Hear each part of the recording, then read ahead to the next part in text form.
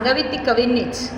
खरंच आहे. बघा ना, कवी एका श्लोकामध्ये असं म्हणतो, तावत भयाधिभेतव्यम यावत भयमनागतम आगतम तू भयम वीक्ष नरह कुर्याद यथोचितम. क्या बात आहे. तोपर्यंतच घाबरा भीतीला किंवा संकटाला जोवर ते आलेलं नाही, पण एकदा का ते आलं, जवळ येऊन ठेपलं की मग मात्र नरह कुर्यात यथा उचितम. पुरुषांनी तेच करावं जे उचित आहे. त्या संकटाशी 2 हात करावेत, पळून जाऊ नये. आणि भिऊ तर अजिबात नाही आहे. खरंच एवढा मोठा लाईफ लेसन आहे, नाही?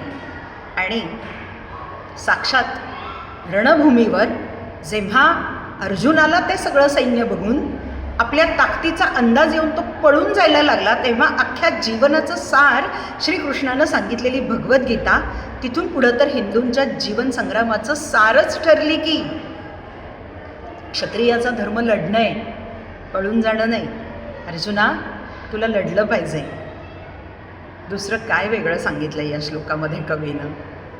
खरंच नरह कुर्यात यथा उचितम. पुरुषांनी तेच करावं वेळप्रसंगी जे योग्य असतं.